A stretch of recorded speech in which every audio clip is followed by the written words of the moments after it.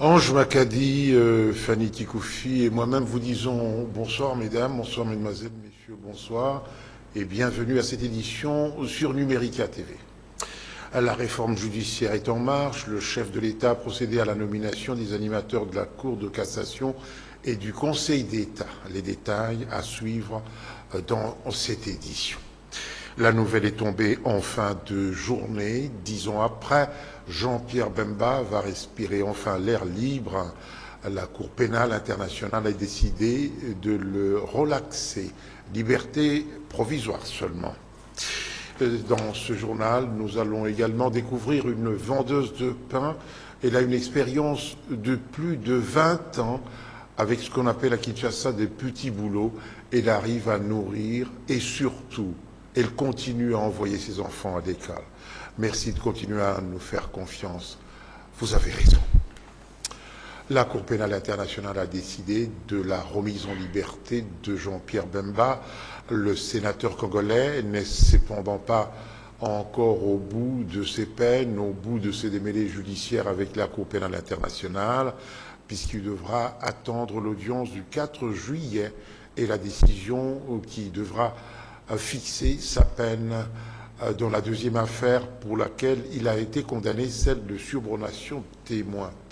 La secrétaire générale du Mouvement de libération du Congo confirme l'information. Eve Bazaïba indique que Jean-Pierre Bemba était au moment où il était en contact avec Amendi Moani en route pour sa résidence en Belgique. Je confirme qu'il est libre, n'est-ce pas? Mais il a été acquitté. Depuis vendredi, vous avez entendu pour l'affaire principale. Raison pour laquelle il s'est retrouvé pendant 10 ans à La Haye, qu'il a été acquitté et cet acquittement a comme conséquence l'annulation de toutes les peines. La deuxième affaire n'est qu'une affaire subsidiaire et c'était une procédure administrative. Aujourd'hui, je vous informe qu'il est en route vers chez lui.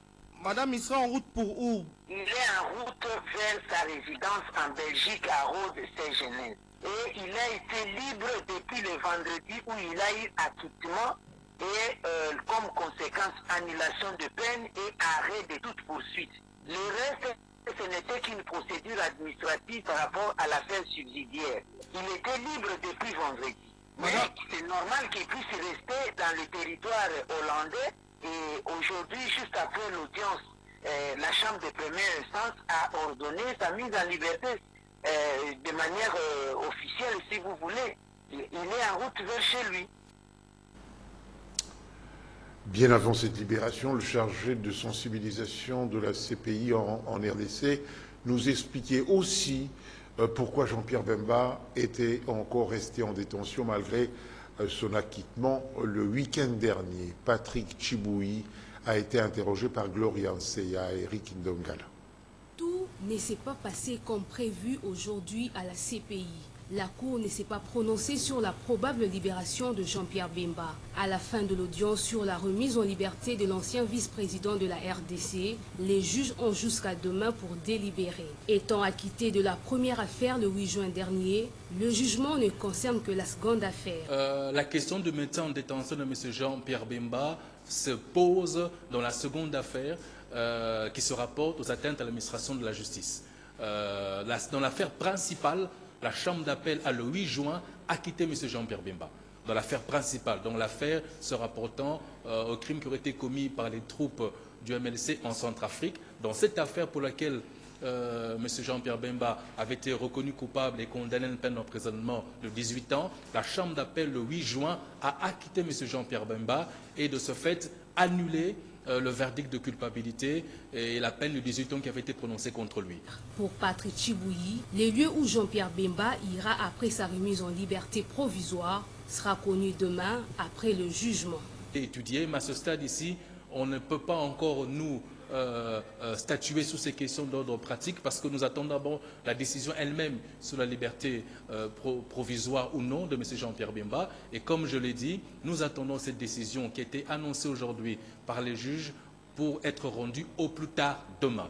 C'est purement dans le cadre du statut de Rome, dans l'application des règles du statut de Rome, dans le cadre de l'exercice par la Cour pénale internationale de son mandat purement judiciaire. Pour rappel, Jean-Pierre Bemba a été acquitté par la CPI alors qu'il avait été condamné à 18 ans de prison pour crimes de guerre et crimes contre l'humanité. L'audience pour la détermination de la peine dans l'affaire subordination des témoins aura lieu le 4 juillet 2018. Maintenant, nous savons tout. Autre question, c'est celle de l'indemnisation de Jean-Pierre Bemba après avoir passé 10 ans à la Cour pénale internationale. Élément de réponse avec maître Georges Kapiamba qui aborde également la question de subordination témoin. Il s'est exprimé au micro de Félix Ilunga et Serge Mitelis. Premièrement, je voudrais exprimer ma satisfaction pour son acquittement et j'en profite pour les féliciter. Féliciter les sénateurs, féliciter l'ensemble de sa défense qui ont abattu un travail de titan et qui a abouti à ces résultats satisfaisants. C'est déjà une très bonne chose. Il va rentrer dans sa famille, reprendre ses activités. C'est un atout majeur pour la République démocratique du Congo, vu son rôle politique. Deuxièmement, en ce qui concerne le temps qu'il a passé, effectivement, dans les textes de la Cour pénale internationale, il est prévu la possibilité pour quelqu'un qui aurait été arrêté, détenu arbitrairement, c'est-à-dire sur base des erreurs graves, des erreurs de droit, de pouvoir solliciter une indemnisation. Et il lui revient à lui, ainsi qu'à l'ensemble de sa défense, lorsqu'il sera sorti de la prison, d'examiner l'opportunité et les chances qu'ils pourront à faire aboutir une pareille démarche. L'indemnisation n'est décidée par la Cour que sur base des critères. Et je ne pense pas que ça puisse être aussi grave parce que, sauf erreur de ma part, ce sont des faits qui sont punissables de la peine qui ne peut pas dépasser 5 ans. Tous les amateurs de l'actualité sont déjà informés, qui par la chaîne nationale, qui par les réseaux sociaux, dans le cadre de la réforme du système judiciaire en République démocratique du Congo, le président de la République, Joseph Kabila, a signé hier lundi une série d'ordonnances. Ces ordonnances portaient nomination des animateurs de la Cour de cassation et ceux du Conseil d'État. Charles Nsimba pour les détails. Fundoawe Tepemako, juge constitutionnel il y a peu, devient premier président du Conseil d'État. Jérôme Kitoko, ancien premier président de l'ex-Cour suprême de la justice, est promu premier président de la Cour de cassation et l'ex-procureur général de la République, Kabange Numbi Flori, est nommé procureur général près la Cour de cassation. La Constitution congolaise de février 2006 avait en effet prévu l'éclatement de l'ancienne Cour suprême de justice en 3 juridictions distinctes, la Cour constitutionnelle, la Cour de cassation et le Conseil d'État. Créée en octobre 2013, la Cour constitutionnelle est chargée du contrôle de la constitutionnalité des lois et actes ayant force de loi. Elle juge du contentieux des élections présidentielles et législatives ainsi que du référendum. Cette Cour est le juge pénal du président de la République et du Premier ministre pour les infractions politiques de haute trahison et d'outrage au Parlement. La Cour de cassation est le juge des personnalités politiques, notamment les députés nationaux, provinciaux, les sénateurs, les ministres, le gouverneur de province et les présidents des assemblées provinciales. Cette Cour est aussi compétente pour trancher en dernier ressort les recours portant sur les arrêts rendus par les juridictions inférieures en matière civile, pénale ou commerciale. Le Conseil d'État a pour mission d'examiner les affaires portant sur la légalité des actes administratifs posés par les autorités au niveau central et local. Très belle voix de ce sacré confrère dont vous connaîtrez le visage dans un temps très court. Visite surprise hier, lundi, du vice-premier ministre en charge de l'intérieur et sécurité au bâtiment administratif de la police nationale congolaise en construction au commissariat de la PNC. Pour le commissaire général de la police, Dieudonné Abouli, les travaux évoluent normalement malgré et qu'il ait eu un léger retard de la part du constructeur. Mais, à ce jour, a-t-il précisé, il a déjà perçu le maximum de son budget auprès du gouvernement. Le reste de l'actualité, avec vous, Fanny Tikoufi. Tout à fait, Jean-Pierre Kibambi. Direction Palais du Peuple, plus précisément à l'Assemblée nationale. Sur place, le président Obeminaku s'est entretenu ce mardi avec le représentant du Fonds des Nations Unies pour la population. Obeminaku et Senor Routon ont échangé sur quelques sujets dans l'amélioration des conditions de vie des Congolais. Images et commentaires dans nos prochaines éditions. Les réseaux sociaux, outils de publication efficaces d'information en ce XXIe siècle, c'est dans cette optique que l'Union congolaise des femmes des médias a initié pendant une semaine un atelier de formation à l'intention de ses membres.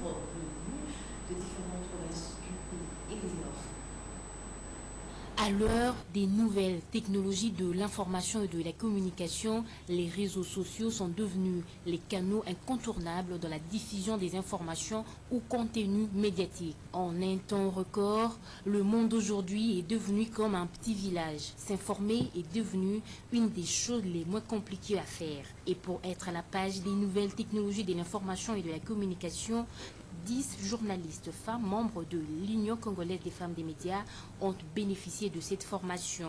Une semaine consacrée à l'utilisation d'un smartphone pour produire et diffuser en temps réel les informations de qualité. Pendant 5 jours, soit du 4 au 8 juin, l'opportunité a été offerte à ces femmes des médias de se familiariser et maîtriser les potentialités de l'outil smartphone.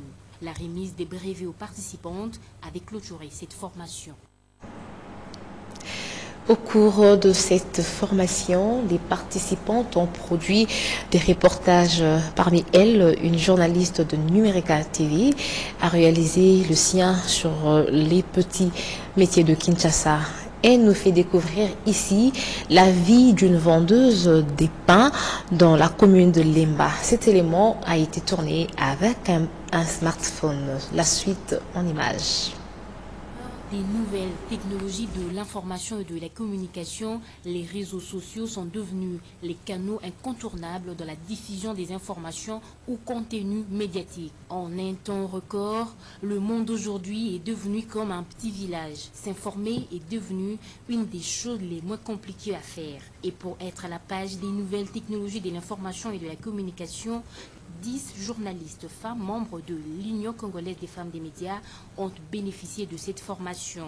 Une semaine consacrée à l'utilisation d'un smartphone pour produire et diffuser en temps réel les informations de qualité. Pendant 5 jours, soit du 4 au 8 juin, l'opportunité a été offerte à ces femmes des médias de se familiariser et maîtriser les potentialités de l'outil smartphone. La remise des brevets aux participantes avait clôturé cette formation. On a quelques petits problèmes sur lesquels on est revenu sur le même sujet. Avec vous, Ange Makadi, on va parler de l'agence congolaise de presse qui frappe du poing sur la table au sujet des examens d'État. Oui, l'agence congolaise de presse revendique la publication des résultats de l'examen d'État édition 2017-2018.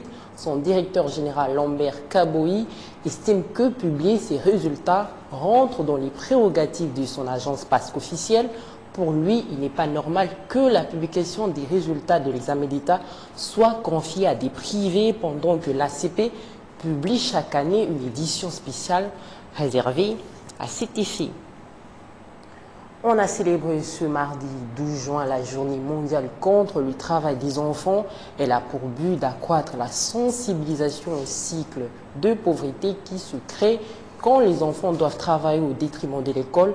Ce phénomène qui se passe à travers l'humanité touche aussi la RDC. Fanny Tikoufi et Serge Miteli.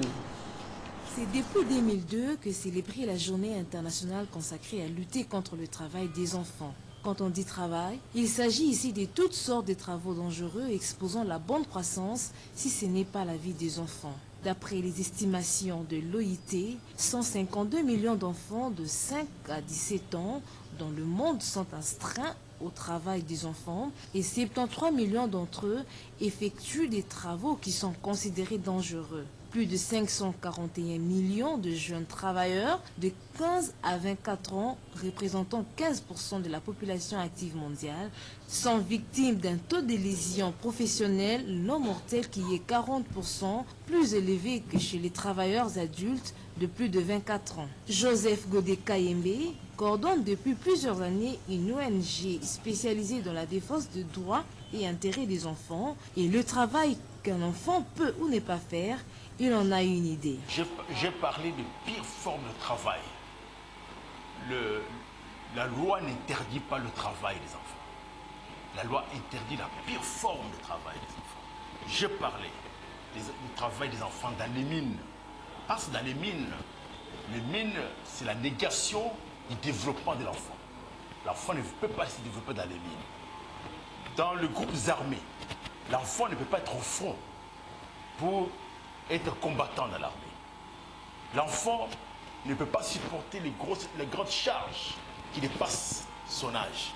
Voilà qui soulève des questions quant à la situation des enfants qui circulent dans des artères du pays, vendant différents articles jusqu'aux heures tardives pour apporter main forte aux parents. Des enfants qui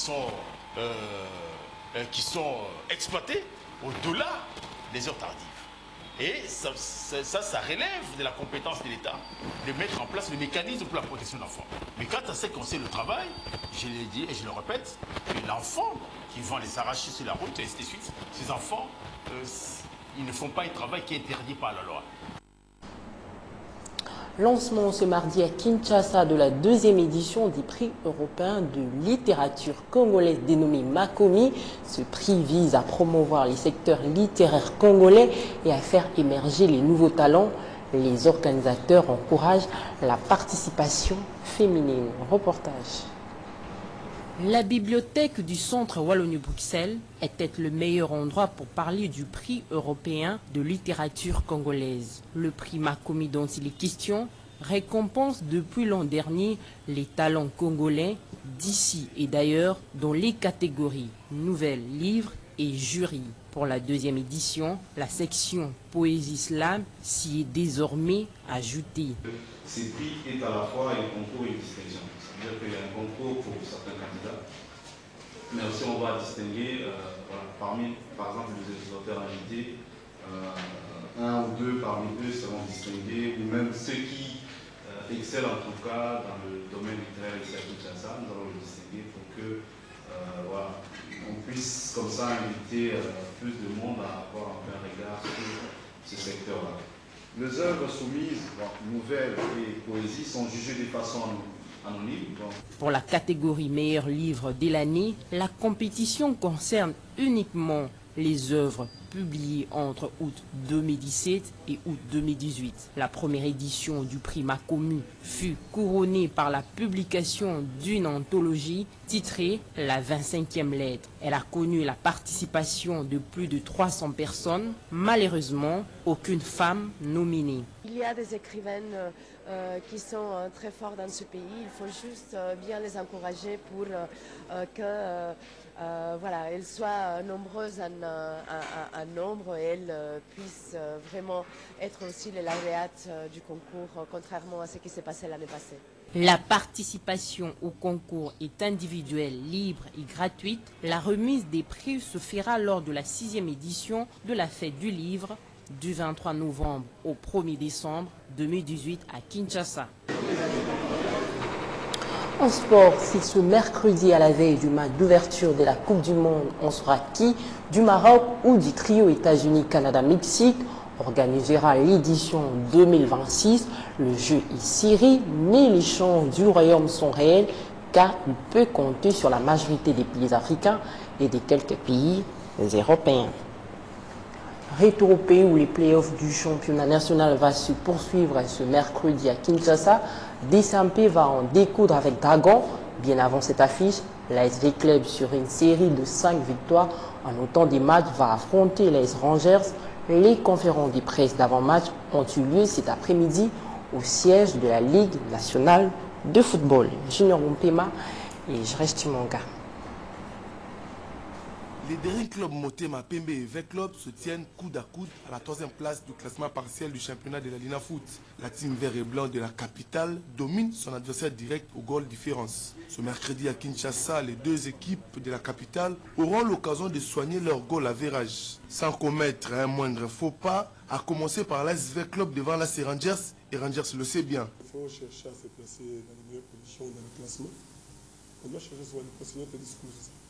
Du côté des V-Clubs, aucun membre du staff technique ne s'est présenté en conférence en l'absence de Jean-Florent Ibenge qui séjourne au Maroc. En deuxième explication, les Arons qui va matcher le dernier club Motema Pembe de Kinshasa s'attend plutôt à un match très relevé. Mais nous allons jouer demain. Ils vont jouer Dragon. C'est une équipe aussi ambitieuse, une équipe historique qui sont aussi habitués à des grands matchs. Demain, c'est une occasion aussi de faire voir aux gens que notre Dragon est là. Donc c'est une équipe capable aussi de compter. Entre-temps, Otis Ngoma Kondi, le coach de Motema Pembe, n'entend pas s'affoler. Le doute fait partie du métier. Quand il n'y a plus de doute, c'est que vous devenez inconscient. Même si c'est pas un doute, ce n'est pas une peur. Parce que la peur, que vous ayez peur ou pas, le danger est toujours là. Ça n'évite pas le danger. Le rendez-vous est donc pris pour ce mercredi au stade des Martyrs de la Pentecôte à 14h avec Club Rangers et à 17h Dragon contre Motema Pembe. Hors de nos frontières, la rencontre tant attendue entre le président américain Donald Trump et le dirigeant nord-coréen s'est soldée par la signature d'un document commun dont les détails n'ont pas été dévoilés. Les deux hommes ont convenu de travailler à la dénucléarisation complète de la péninsule coréenne. Ils s'engagent également à établir de nouvelles relations entre les deux pays, conformément aux souhaits de paix et de prospérité des peuples des deux pays. On va lire à présent les journaux parus ce matin à Revue de Presse. Hermione en vous. L'actualité reste dominée par l'affaire Jean-Pierre Bemba. Le journal estime qu'après son acquittement par la Cour pénale internationale, l'indemnisation de Bemba préoccupe. Pour le tabloïd, la demande d'indemnisation peut être présentée 6 mois au plus tard à compter de la date à laquelle la décision de la Cour a été notifiée. Pour sa part, la Prospérité nous renseigne que Jean-Pierre Bemba attend sa libération. Après l'audience qui était prévue aujourd'hui, Jean-Pierre Bemba quittera sûrement la prison, car sa place est sur l'agora politique où le jeu et enjeu l'attendent avant les empoignades électorales du 23 décembre 2018. Et justement, en marge des élections, il y a déjà bousculade des adhésions au mouvement de solidarité pour le changement, parti cher de Laurent Batoumona. Il y a une centaine de cadres qui ont intégré le parti. La cérémonie s'est déroulée le dimanche dernier au siège du parti. En santé, les courriers de Kinshasa nous informent qu'il y a un impact positif dans la riposte contre le virus Ebola. Le ministre de la Santé a affirmé que 90% des cas déclarés de l'épidémie ont été vaccinés. Le docteur Oli Lunga a ajouté en outre que la vaccination et la qualité des soins dans les 7 zones de santé du territoire de Bikoro ont eu un impact positif dans la réponse donnée à la maladie. En société, la cité africaine s'inquiète du taux de consommation élevé de la boisson alcoolique, particulièrement le guégué. Cet alcool local est fortement consommé auprès des jeunes Congolais qui s'enivrent et considèrent comme le raccourci, et c'est là à vil prix.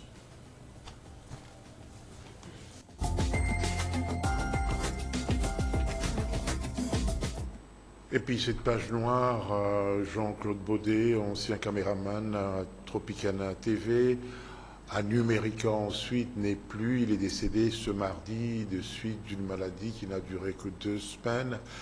Le programme des obsèques vous sera communiqué ultérieurement. Numérica TV présente ses sincères condoléances à sa famille. Mesdames et mesdemoiselles, messieurs, ce journal est terminé. Bonne suite de programme sur Numérica TV. Au revoir et à demain.